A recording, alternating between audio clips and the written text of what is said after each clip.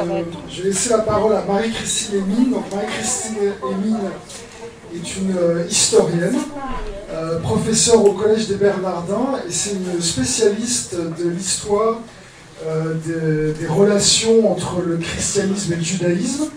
Et donc en 40 minutes, elle va nous brosser 2000 ans d'histoire. Ça va être une gageure, mais... Merci Nicolas, merci beaucoup. Je pense qu'elle va nous se concentrer sur les points vraiment importants. Voilà. Merci Marie-Christine. Merci Nicolas. Bon, écoutez, je vais faire de mon mieux et ensuite je serai à votre disposition. Je vous l'ai dit, j'ai apporté un certain nombre de documents qui me semblent importants, des textes fondateurs à bien des égards, dont on a parlé d'ailleurs ce matin, Nostra Aetate entre autres, mais il y a aussi d'autres éléments que j'essaierai de vous apporter.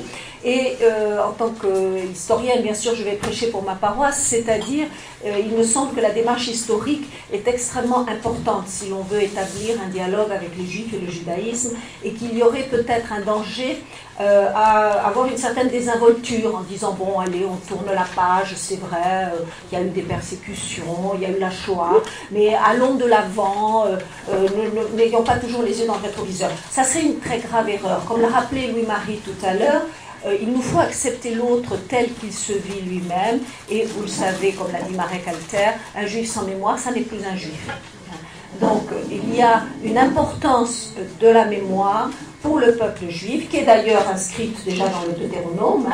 Les paroles que je vous donne, vous les mettrez dans votre cœur, dans votre âme, vous les attacherez à votre poignet comme un signe, elles seront un bandeau sur votre front, vous les apprendrez à vos fils. Donc la transmission, la mémoire, c'est fondamental pour comprendre les Juifs et le judaïsme. Et si on veut un vrai dialogue, les chrétiens doivent accueillir les Juifs avec leur mémoire, comme l'a dit Louis-Marie, et cette mémoire, elle est souvent traumatique. Il faut en être tout à fait conscient. Il faut prendre le temps, du coup, peut-être de faire un peu d'histoire, de connaître les faits historiques qui permettent de comprendre cette mémoire. Et en même temps, cette connaissance des faits historiques nous permet aussi, je dirais, de purifier notre propre mémoire d'un certain nombre de préjugés. Et il faut bien le dire, il existe des formes extrêmement subtiles d'anti-judaïsme, d'antisémitisme, qu'il nous faut apprendre à déconstruire. Et pour déconstruire, le meilleur moyen, c'est la connaissance historique, la connaissance des faits historiques. D'autant plus que la connaissance de ces faits historiques nous permet aussi de découvrir dans l'histoire des relations entre les Juifs et les chrétiens des pépites, si je puis dire, des éléments positifs qui éclairent justement notre chemin de partage, de fraternité, et nous permettent de partager justement cette scène qui nous rapproche. Alors, bon, en quelques dizaines de minutes, vous vous en doutez, je ne vais pas pouvoir vous dire grand-chose sur 19 siècles d'histoire, et même plus de 19 siècles, 20 siècles. Vous avez le livre que je vous recommande de Madame de Varine, et peut-être certains d'entre vous le connaissent, vous voyez son épaisseur, il traite justement 19 siècles d'histoire entre juifs et chrétiens.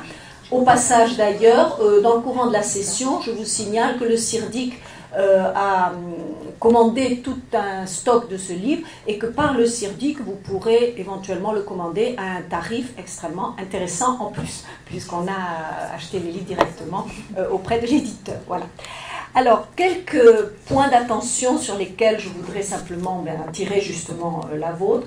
Le premier point, donc, je ne me suis pas présentée en détail, ça fait quelques années, donc qu'à la suite de Madame de Varine qui m'a ouvert cet horizon de l'histoire des Juifs, car je suis moi-même professeure agrégée d'histoire et j'ai fait toute ma carrière à l'éducation nationale. Mais c'est vrai que c'est en rencontrant le Sirdic des Sœurs de Sion, et je leur exprime toute ma gratitude, et Madame de Varine, que j'ai découvert finalement tout ce pan de l'histoire qui n'est pas que l'histoire des Juifs ou que l'histoire des chrétiens, qui est véritablement l'histoire tout court.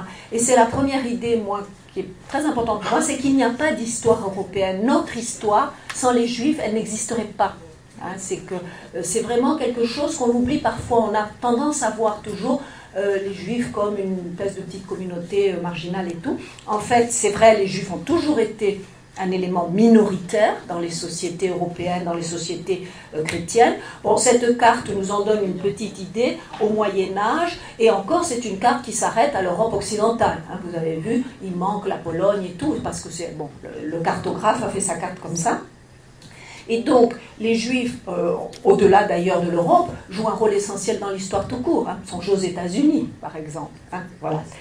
Et ce rôle fondamental depuis l'Antiquité, dans les sociétés donc, où les Juifs vivent en diaspora, depuis l'Antiquité, c'est un rôle bien sûr économique, hein, on y pense. Vous savez que par exemple Charlemagne a fait venir des Juifs d'Italie pour les installer dans la vallée du Rhin, pour y stimuler justement les échanges, et d'une façon générale, ça a été l'attitude de tous les seigneurs au Moyen-Âge, hein, de faire venir des Juifs lorsqu'ils voulaient justement développer l'économie de leur cité. On a des exemples célèbres comme l'évêque seigneur de Spire au XIe siècle, qui fait venir des Juifs justement pour développer l'économie.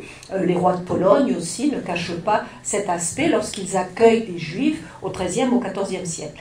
Mais je dirais, au-delà de ce rôle économique, il faut insister aussi sur le rôle culturel, intellectuel, fondamental dans ce que nous appelons, et c'est à la mode, vous le savez aujourd'hui, la civilisation européenne. Hein, sa construction, son évolution. Et les Juifs, ne l'oubliez pas, savaient lire et écrire. Ils étaient certes minoritaires, mais ils savaient, eux, majoritairement, lire et écrire dans des sociétés qui étaient globalement illettrées. Et donc, ils étaient des agents, je dirais, intellectuels fondamentaux. Et là aussi, leur rôle est très important. Ça explique par exemple qu'on trouve des Juifs dans la médecine, beaucoup dès le Moyen-Âge. Hein, les souverains préfèrent se faire soigner par des Juifs que par d'autres médicastres. Ils ont confiance beaucoup plus dans les Juifs. Donc ça, c'est la première idée. Hein. Partout, lorsqu'on veut faire une histoire de l'Europe, on va rencontrer les Juifs. Parfois, on l'oublie, hein, mais c'est une réalité. Deuxième idée, eh bien, c'est qu'à travers tous ces siècles, les relations entre ces communautés juives et la majorité païenne devenue chrétienne, hein, souvenez-vous, l'Église chrétienne est formée quand même, certes, au départ que de Juifs, mais assez vite, la conversion massive des païens, hein, va transformer d'ailleurs le visage de l'Église chrétienne. Et ces relations existent depuis très longtemps, depuis le départ. C'est vrai qu'elles ont été conflictuelles, il y a cette fameuse histoire de la séparation, mais elles n'ont pas été que conflictuelles et négatives. Et aujourd'hui, beaucoup d'historiens insistent au contraire sur les échanges, hein, sur la permanence de ces échanges à travers les siècles. Hein. Vous avez par exemple un historien juif Israël, Jacob Yuval, un historien israélien, hein, qui a écrit un ouvrage il y a quelques années, en 2012-2013, qui s'appelle « Deux peuples en ton sein », et qui montre très bien comment juifs et chrétiens, à travers finalement tout le Moyen-Âge, ont partagé énormément de choses. Et que donc cette idée d'une coupure et d'une marginalisation des juifs, c'est une idée qui est arrivée, enfin c'est une réalité, hein, c'est une idée que nous avons nous aujourd'hui, mais c'est une réalité qui est arrivée beaucoup plus tard. Hein, et en fait, à ce qu'on appelle l'époque moderne. Pour moi, personnellement, par exemple, la décision du pape en 1555 d'enfermer les Juifs dans un ghetto à Rome est véritablement là une décision de rupture. Mais avant, pendant 15 siècles, il y avait beaucoup plus d'échanges qu'on a tendance, nous, à le penser aujourd'hui. Et on a les sources, d'ailleurs. Hein, vous connaissez peut-être un petit ouvrage de Gérard Dahan qui est sur la polémique chrétienne avec les Juifs au Moyen-Âge.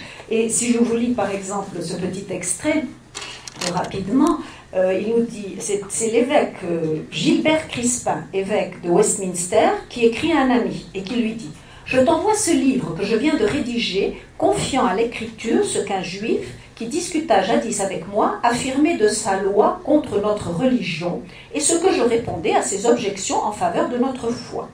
Il est né je ne sais où, mais ayant fait ses études à Mayence, il connaissait bien sa loi ainsi que nos lettres et avait un esprit exercé dans l'écriture et la polémique contre nous. Devenu un familier, il venait souvent chez moi, tant pour ses affaires que pour me voir, puisque je lui étais nécessaire sur ces deux points. Réunis, nous discutions avec amitié de l'écriture et de notre religion. » Donc vous voyez comment là, il y avait des échanges intellectuels, hein, qui on en a des traces ici quand il s'agit d'intellectuels, mais qui sont réelles aussi au niveau du peuple. Et c'est là-dessus que Israël Jacob Yuval insiste beaucoup. Il dit les gens se voyaient, se côtoyaient. Et la meilleure preuve d'ailleurs qu'il y avait cette cohabitation qui se passait pas si mal que ça, c'est le fait que les évêques et les conciles n'ont eu de cesse pendant des siècles que de répéter qu'il ne fallait pas fréquenter les juifs. Donc si on le répète autant, c'est que les gens fréquentaient les juifs, mangeaient avec les juifs, allaient acheter de la viande qui avait été abattue par le boucher juif, etc. Donc ça c'est quelque chose aussi, je crois, qui peut nous éclairer et en même temps nous réconforter. Ces relations qui existaient, qui ont existé particulièrement dans certains pays plus que dans d'autres, mais d'une façon assez générale au Moyen-Âge. Alors là, je montre toujours cette image parce qu'elle me plaît beaucoup. Vous voyez, il y a une page des commentaires d'un franciscain, Nicolas de Lyre, et puis d'une page du Talmud, et vous voyez, rien que la mise en page déjà nous montre la proximité finalement intellectuelle, la façon de raisonner. Nicolas de Lyre d'ailleurs était surnommé alors il a vécu dans la première moitié du XIVe siècle, il était franciscain, et il était surnommé le singe de Rachi par ses adversaires. Pourquoi ? Eh bien parce qu'il était un maître en hébreu, il avait d'ailleurs appris l'hébreu probablement auprès de rabbins, et il utilisait beaucoup dans ses commentaires de la Bible les commentaires de Rachi, vous savez, le grand commentateur de la Torah et du Talmud de la fin du XIe siècle, Rachi de Troyes. Et donc on a bien tous ces échanges. Et un autre exemple peut-être, c'est saint Thomas d'Aquin. Saint Thomas d'Aquin, lorsqu'il parle de Maître Moïse dans ses écrits, Maître Moïse, c'est Maïmonide. C'est-à-dire là aussi le grand philosophe et penseur juif né à Cordoue, mort au Caire, qui a vécu donc au XIIe siècle et qui d'ailleurs a été violemment critiqué par d'autres rabbins. Les œuvres de Maïmonide ont été brûlées par les rabbins du sud de la France au tout début du XIIIe siècle, jusqu'à ce que finalement ils acceptent leur validité. Et aujourd'hui encore, vous le savez, les rabbins citent fréquemment Maïmonide, qui est un des piliers de la pensée juive. Donc vous voyez, tout ça est beaucoup plus, je dirais, fluide et divers que nous ne l'imaginons parfois. Et d'ailleurs, j'insisterai aussi sur un dernier point, lorsque des théologiens chrétiens apprennent l'hébreu, ils l'apprennent, comme je le disais tout à l'heure de Nicolas de Lyre, le plus souvent auprès de rabbins. Et il y a également quelque chose de très important, je crois, à retenir dans l'histoire de ces relations, c'est que jamais les chrétiens n'ont nié la valeur des écritures juives. Au contraire, ils ont toujours souligné, les théologiens, les exégètes, que les juifs avaient la Hebraïca Veritas, et que si l'on voulait revenir aux sources mêmes de la foi chrétienne, eh bien, on pouvait, et même on devait parfois pour certains, passer justement par l'apprentissage de l'hébreu, par tout ça, et ou mieux qu'auprès des juifs, apprendre l'hébreu. Donc ça c'est quelque chose qui est important parce que vous le savez par exemple, il y a une tradition musulmane qui dit que les chrétiens et les juifs ont falsifié la révélation. Or les chrétiens n'ont jamais dit cela des juifs. Dieu sait que, bon, voilà, on ne s'est pas toujours bien entendu, mais en tout cas, on a toujours reconnu ça. Donc tous ces aspects, vous voyez, bon, puis je passe assez vite, vous savez qu'en Espagne, au XIIIe siècle, dans le royaume de Castille, vous aviez à Tolède, qui était la capitale du royaume, une école de traducteurs qui avait été fondée d'ailleurs par un bénédictin, gascon, Raymond de la Sauvetat, et qui utilisait, si je puis dire, faisait travailler des juifs, qui traduisaient les manuscrits, qui jouaient le rôle de truchement. Truchement, c'est un mot arabe, truchaman, qui veut dire interprète. Donc il traduisait les textes de l'arabe au castillan, et ensuite ça passait en latin, puisque le latin était la langue intellectuelle internationale. Et d'ailleurs, le roi Alphonse de Castille, au début du XIIe siècle, s'intitulait en toute simplicité « Empereur des trois religions ». Voilà, il était assez ambitieux. Donc, il admettait l'existence de cette diversité. Voilà. Alors, je m'arrête là, mais je crois que c'est important parce que ce sont des éléments qui peuvent nous permettre peut-être de de progresser dans une connaissance mutuelle qui ne soit pas que négative, si vous voulez, même si malheureusement, eh bien, on va passer à la partie qui est une grosse partie, qui est beaucoup plus violente. Alors là, ça c'est l'image de Saint Jérôme. Vous savez, Saint Jérôme qui va créer la Bible en latin, à partir de toute une série de traditions, mais Saint Jérôme, lui, a utilisé le texte en hébreu pour la partie Ancien Testament. Or, où a-t-il appris l'hébreu? Bien, vous le voyez sur la vignette du milieu, pour ceux qui ne sont pas trop loin, ce sont des rabbins qui lui apprennent l'hébreu. Donc lui-même, il est allé apprendre l'hébreu. Mais le Moyen-Âge, bien sûr, c'est aussi les massacres de Juifs dans la vallée du Rhin en 1096 lors de la première croisade, les bûchers de Juifs au moment des épidémies de peste et surtout la grande peste noire de 1348.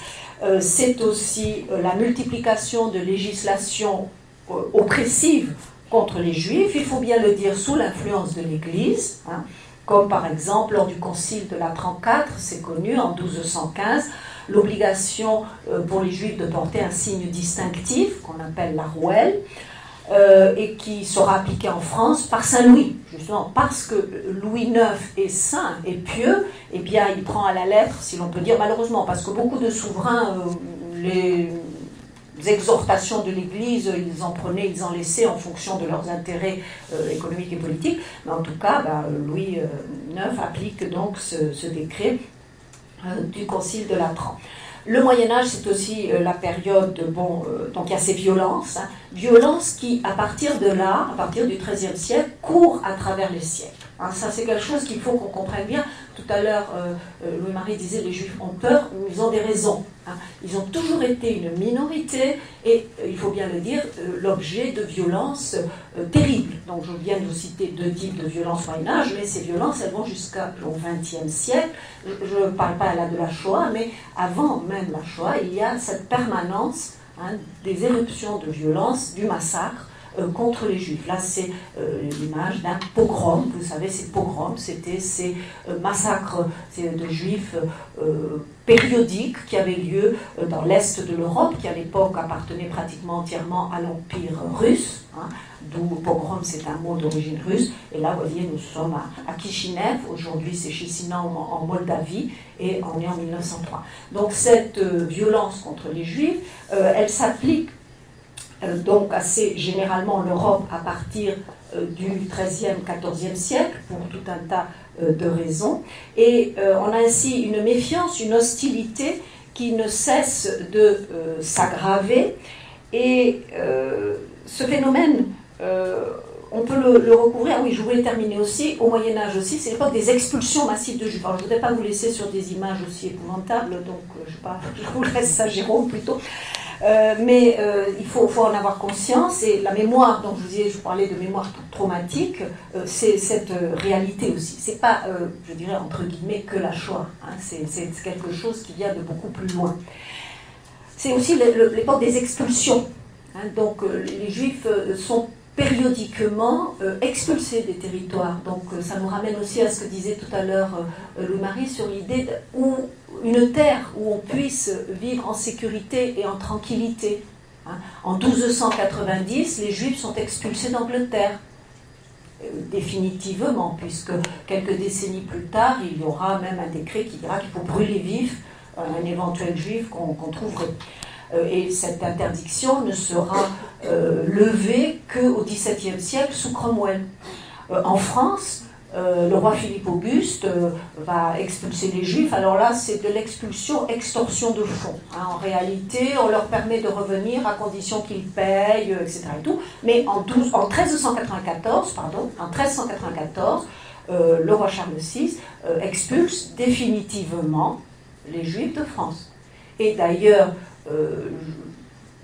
ça va être de façon tout à fait, je dirais, non juridique. C'est de facto que progressivement il va y avoir des Juifs en France, en particulier lorsque Louis XIV va récupérer l'Alsace, qui est terre d'empire, où il y a des Juifs. Alors là, le roi de France va se retrouver avec des Juifs, mais dans le droit, normalement, il n'y a pas de Juifs en France. Voyez, donc on est dans des situations assez paradoxales. Et puis vous connaissez bien sûr la célèbre, si je puis dire, tristement célèbre expulsion massive des Juifs d'Espagne, en 1492.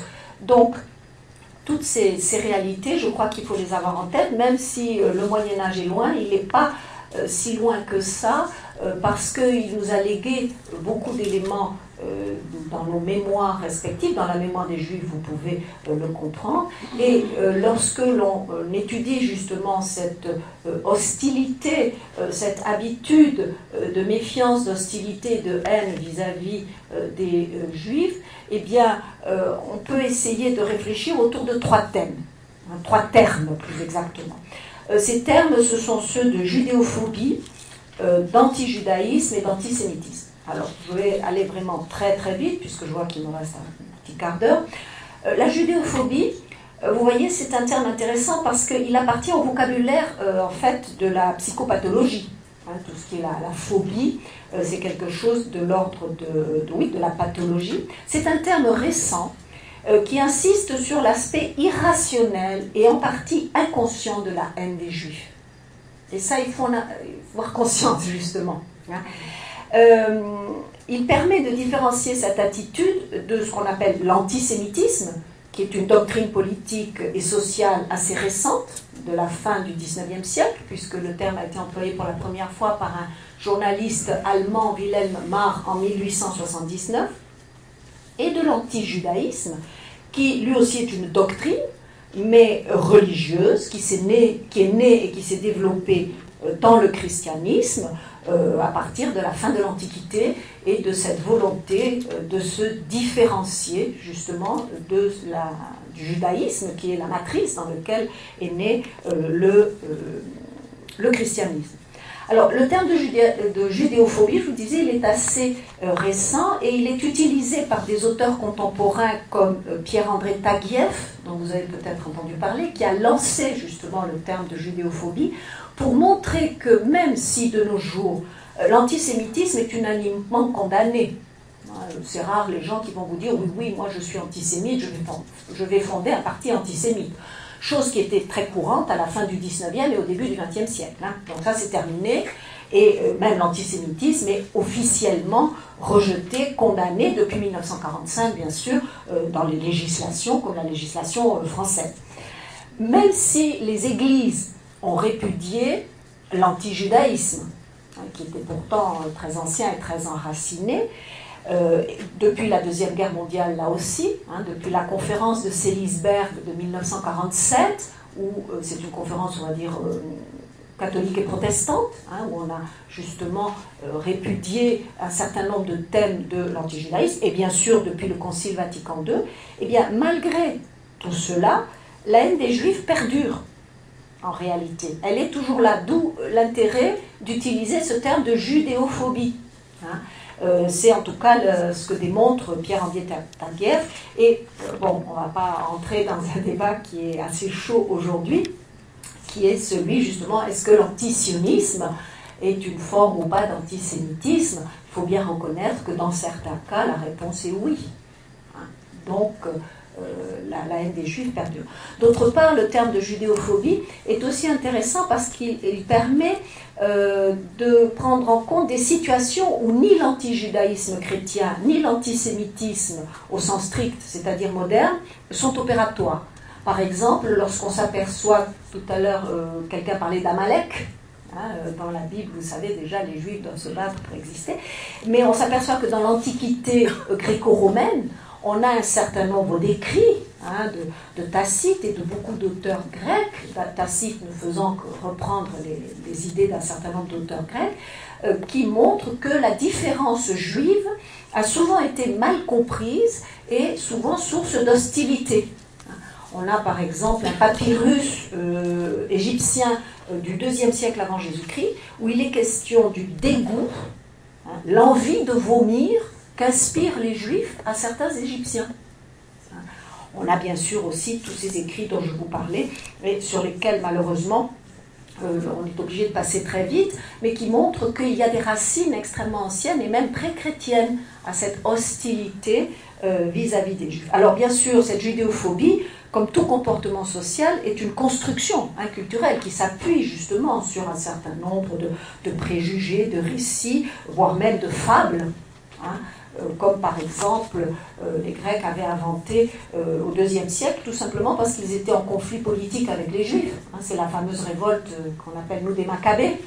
Eh bien, des auteurs grecs à la cour du roi hellénistique ont diffusé des histoires, comme par exemple le fait que les Juifs, chaque année, engraissaient un Grec dans le temple de Jérusalem pour ensuite le manger. Oui, non, mais c'est intéressant parce que le thème du Juif assassin et anthropophage, c'est un thème qui va traverser l'histoire. Vous voyez, alors, l'antijudaïsme chrétien, bien sûr, c'est le gros morceau. Et heureusement, ce matin, un certain nombre d'intervenants vous en ont déjà beaucoup parlé, ont rappelé en particulier la figure de Jules Isaac, qui à travers ses recherches, donc l'historien, celui du Malais Isaac, qui à travers ses ouvrages, dont en particulier l'enseignement du mépris, a voulu comprendre d'abord comment les sociétés chrétiennes, justement, qui doivent tant finalement à l'héritage juif quelque part, comment ces sociétés chrétiennes avaient pu, dans une indifférence assez générale, même s'il y a eu des centaines, voire des milliers de justes, vous le savez, en Europe, mais malgré tout, l'ambiance intellectuelle a fait qu'on a assisté finalement à la Shoah sans qu'il y ait véritablement de réaction. Ça a été le grand problème de Isaac, qui lui-même avait perdu sa femme et son gendre, je crois, non, sa fille, pardon. Justement, son gendre, lui, a été au dernier moment sauvé. Donc comment est-ce que ces sociétés ont pu laisser se perpétrer un crime? Et c'est là qu'il a bien sûr, qu'il est remonté aux sources mêmes. Et ce matin, je ne reviendrai pas en détail, on vous a parlé de Saint-Augustin. Je vous ai photocopié justement, donc vous pourrez le prendre, un extrait de La Cité de Dieu contre les païens, qui reprend exactement tout ce, je ne sais plus, c'est le père Louis-Marie, frère Loquet, en a parlé, qui a repris les thèmes. Les Juifs ne savent pas lire les Écritures. Donc les Juifs ont les bonnes Écritures, mais ils ne savent pas les lire. Enfin, tout ça, vous avez tous ces thèmes.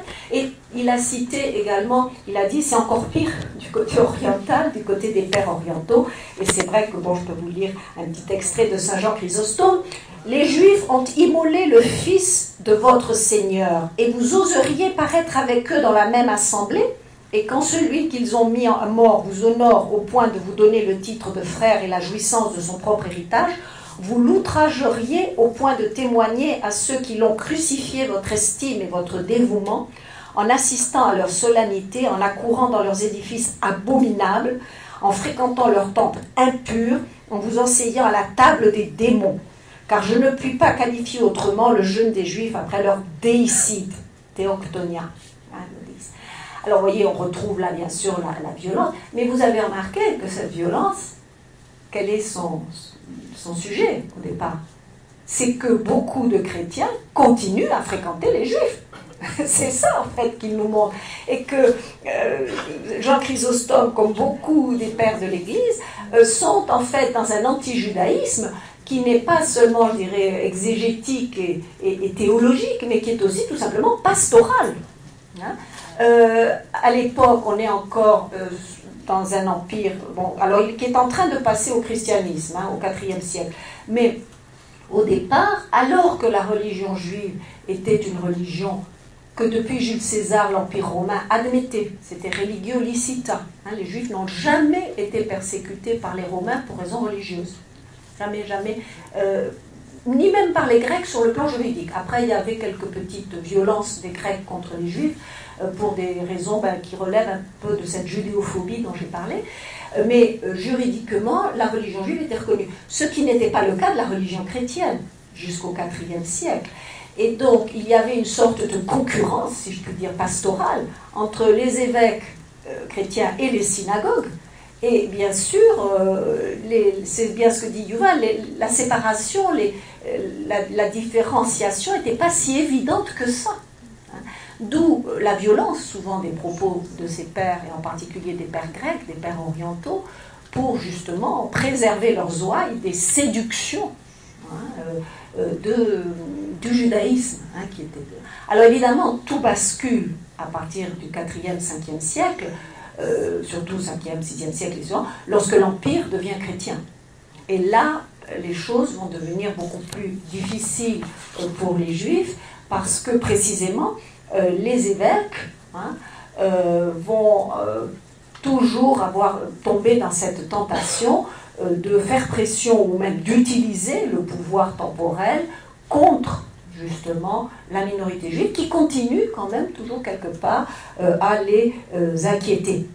Et c'est vrai que des siècles de discours ecclésiastiques très anti-juifs eh bien, vont persuader quand même les chrétiens, le peuple chrétien, que les juifs sont des êtres mauvais, des êtres perfides, comme il était dit dans la prière du Vendredi Saint. Alors vous savez qu'on discute beaucoup que perfidia en latin, ça ne veut pas dire perfide au sens où nous l'entendons, ça veut dire tout un tas de choses, mais c'est toujours négatif de toute façon. Dès le 8e siècle, on ne s'agenouille pas lors de la prière du Vendredi Saint. On s'agenouille pour toutes les autres intentions de la grande prière du Vendredi Saint, mais déjà au 8e siècle, on ne s'agenouille plus dans la prière pour les juifs perfides, etc.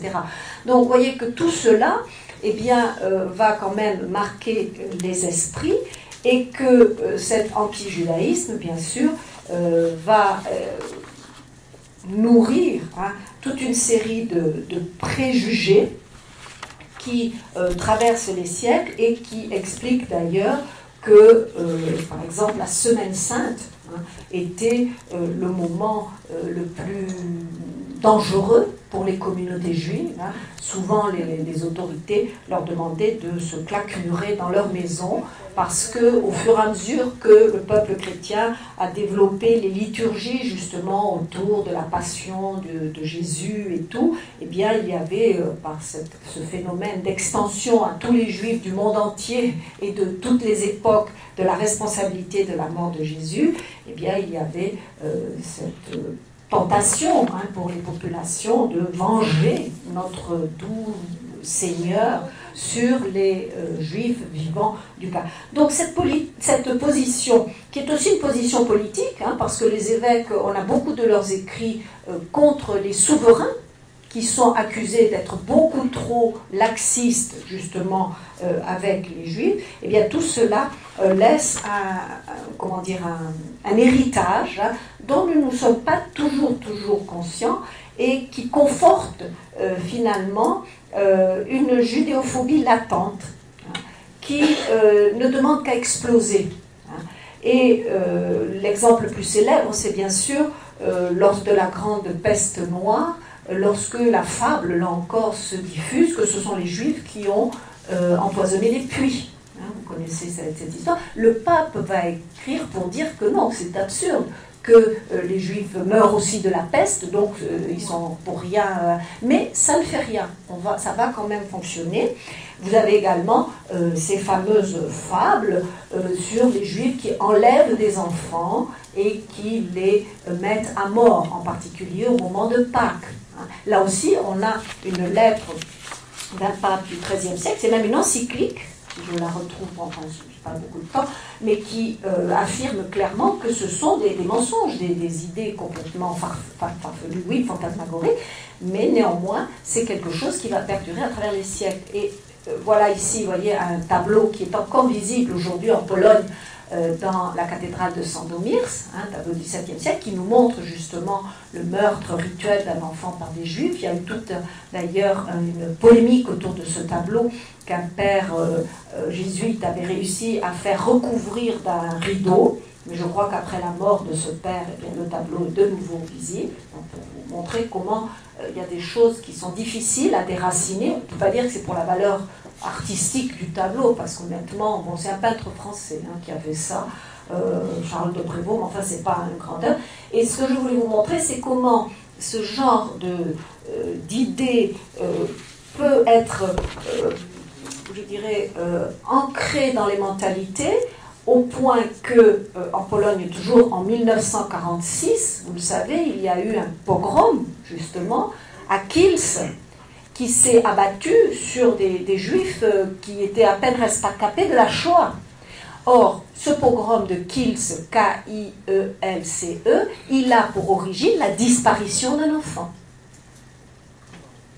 d'un jeune homme. Donc un enfant disparaît, c'est les juifs, et hop, on fait une violence, un pogrom. Et vous savez aussi peut-être que parmi ces enfants soi-disant sacrifiés par les juifs, le plus célèbre, c'est le petit Simon de Trente, dont le culte n'a été aboli qu'en 1965, après le Concile Vatican II. Eh bien, si vous regardez sur Internet, vous avez plein de groupes qui militent contre cette abolition, hein, parce qu'on maintient cette idée. Et vous regardez ici cette image que vous avez déjà aperçue. C'est une affiche, elle est assez horrible, mais c'est un dessinateur qui a un certain talent, lui qui s'appelle Zéon, qui est dans les milieux, on va dire, probablement plutôt d'extrême droite, qui a fait plusieurs affiches dans ce style-là. Et vous voyez, on retrouve l'idée alors là c'est antisioniste, bien sûr, contre Israël, mais on retrouve l'idée de l'assassin d'enfants. Donc il y a ainsi toute une thématique, toute une rhétorique sur les crimes imputés aux Juifs qui traversent les siècles, et donc il faut faire attention. Parce que bien sûr on dira mais c'est un petit enfant, oui peut-être, mais bon, mais c'est que ça appelle, si vous voulez, des échos qui sont très anciens. Et d'ailleurs, si vous avez le courage, vous avez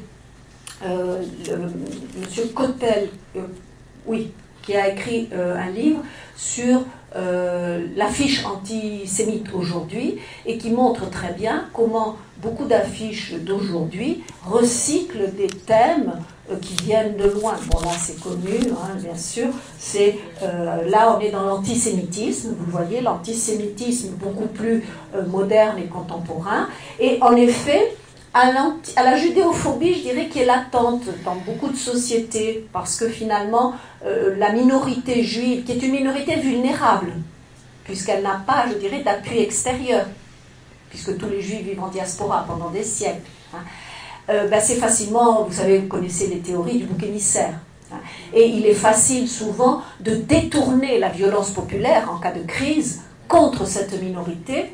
Et c'est un jeu d'ailleurs particulièrement pervers que joue par exemple l'Empire russe au XIXe siècle. Donc il y a la judéophobie, il y a l'antijudaïsme chrétien qui est un héritage bien sûr énorme, et puis il y a l'antisémitisme qui ajoute, je dirais, une couche supplémentaire, et qui est le lien supposé des juifs et de l'argent. Alors là on est, vous savez, et par exemple le XVIIe siècle, alors c'est lié au phénomène de l'usure, le prêt à intérêt interdit au Moyen-Âge par la religion chrétienne, et qui donc du coup est réservé entre guillemets par défaut aux non-chrétiens. Or les seuls non-chrétiens au Moyen-Âge, c'est les juifs, auxquels par ailleurs on interdit de posséder la terre par exemple, ce qui les prive d'un élément économique essentiel à cette époque.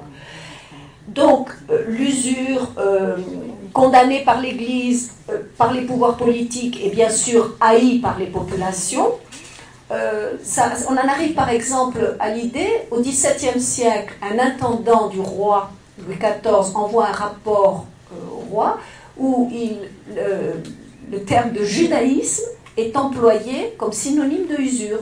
Et il y a cette phrase assez extraordinaire: « Je constate qu'un certain nombre de chrétiens exercent le judaïsme sur les habitants de l'Alsace. » Alors on se dit, mais qu'est-ce que c'est que c'est du syncrétisme religieux? Non, c'est que judaïsme égale usure.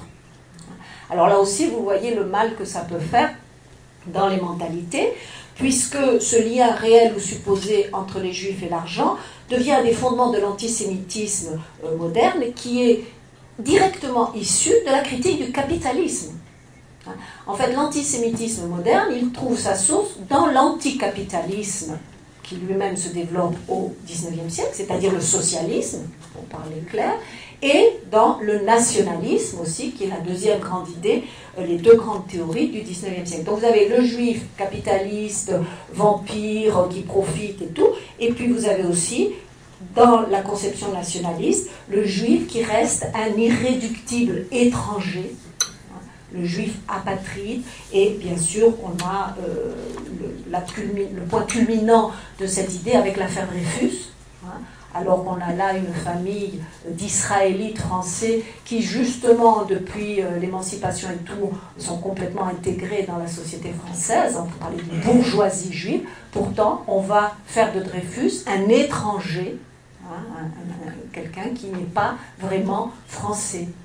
Donc, ces deux courants qui nourrissent justement l'antisémitisme. Et puis, l'antisémitisme s'appuie sur deux autres croyances, le racialisme, qui est une pseudo-théorie du XIXe siècle, comme quoi il y aurait des races humaines, et donc il y aurait une race juive. Alors, ça vient de très loin là aussi, puisque en Espagne, déjà au XVIe siècle, un juif converti n'est pas tout à fait un bon chrétien, puisqu'il garde du sang juif.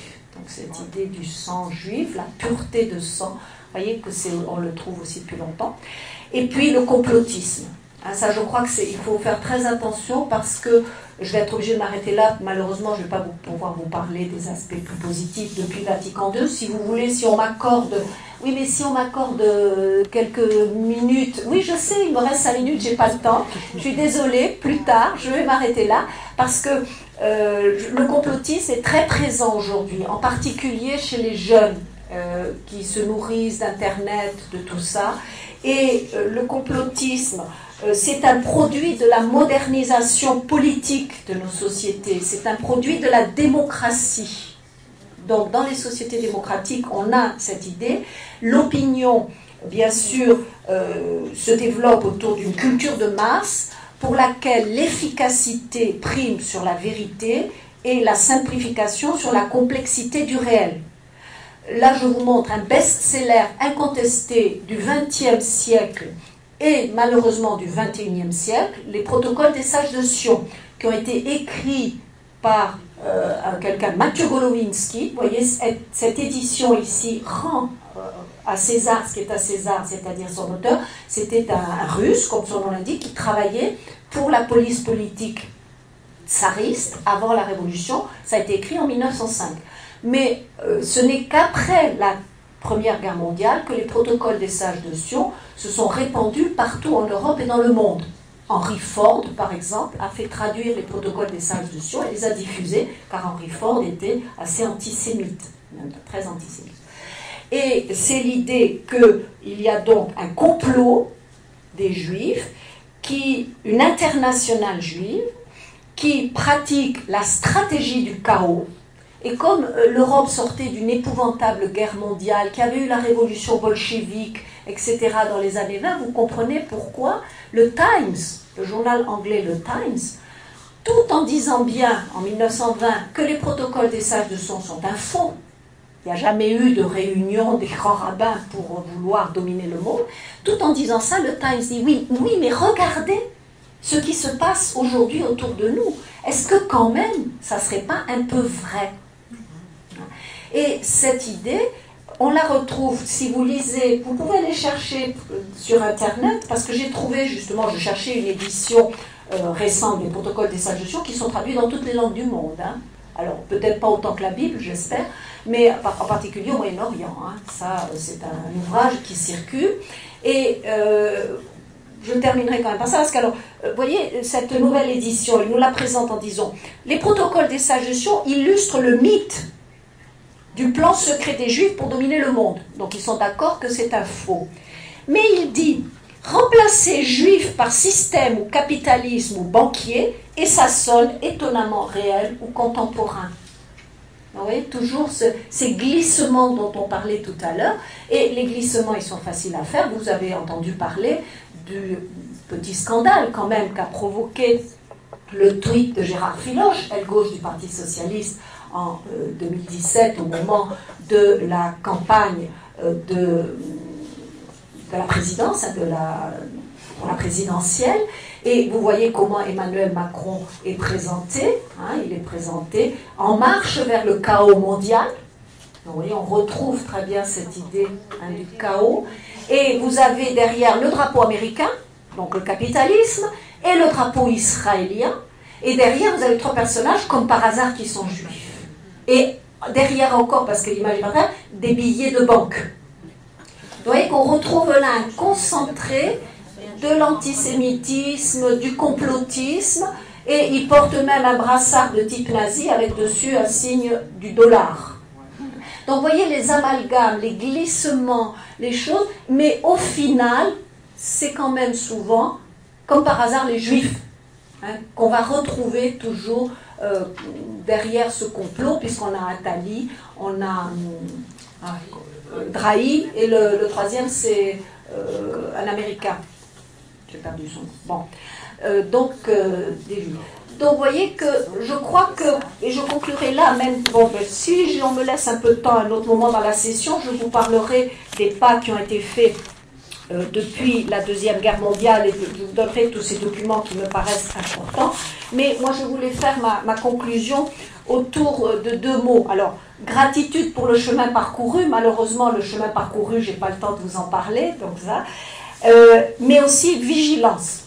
Hein, et je crois que quelqu'un d'autre l'a dit. Vigilance intérieure dans nos communautés, dans nos groupes, dans les dîners en ville, où on entend encore parfois des choses un petit peu étranges, pas étranges, non, pas du tout étranges, mais qui viennent de loin, vous voyez, mais aussi vigilance intérieure hein, de chacun de nous, surtout, je dirais aussi vigilance extérieure autour de nous, hein, les faits historiques sont là, mais il y a aussi les faits de l'histoire que nous vivons, l'histoire du temps présent. J'en vous en citerai juste un.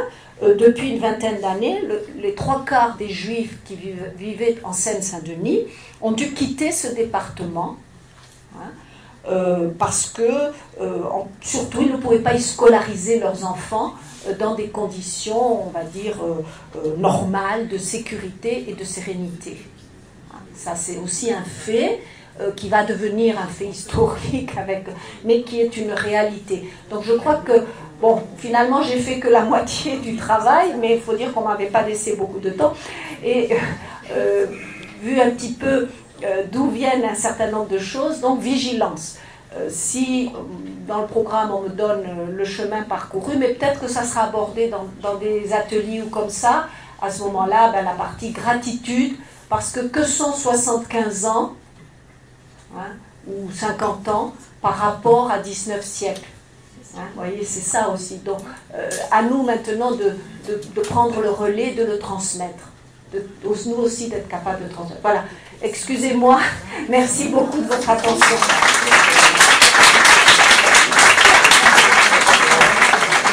Merci beaucoup Marie-Christine. Alors, moi ce que je propose, c'est quand même que les 50 dernières années sont quand même assez importantes. Il y a quand même plusieurs textes de l'Église pratiquants. Donc ce que je propose, c'est 3 choses. La première, là on va faire une pause pendant 20 minutes, mais après on va se couper en 2 groupes. Et dans l'atelier du Père Thierry Vernet, peut-être que le Père pourra parler de Nostra Aetate, pour être sûr que tout le monde l'a en tête, le texte des 50 ans de Nostra Aetate, et puis le texte sur la commission biblique pontificale. Deuxièmement, ils sont sur le site du CIRDIC et sur le site de la JCF.